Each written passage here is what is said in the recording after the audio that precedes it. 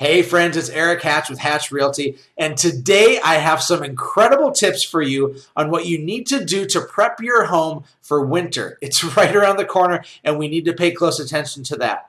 But before we do so, make sure that you click on the link here right on the screen and you can go ahead and find out what your home is worth in today's market, or if you're buying a home, go ahead and take a look at what's out there right now.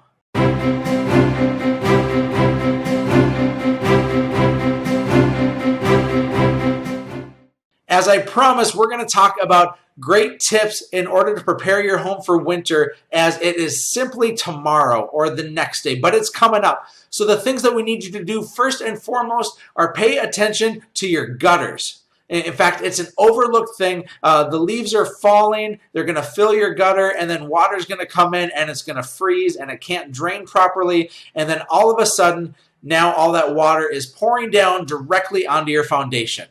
We need to make sure that your gutters are clean and that your downspouts are also laid out as well. Now, I know it seems crazy to do that in the fall when it's typically pretty dry, but when spring comes and the first day that it's 50 degrees, everything melts. So let's make sure that we take great care of your house by protecting that foundation. Now, the next thing that we want to do is we need to pay attention to the hoses that are attached to your house. We, of course, have the sump pump hose, and maybe you have some hoses attached to the outside spigots.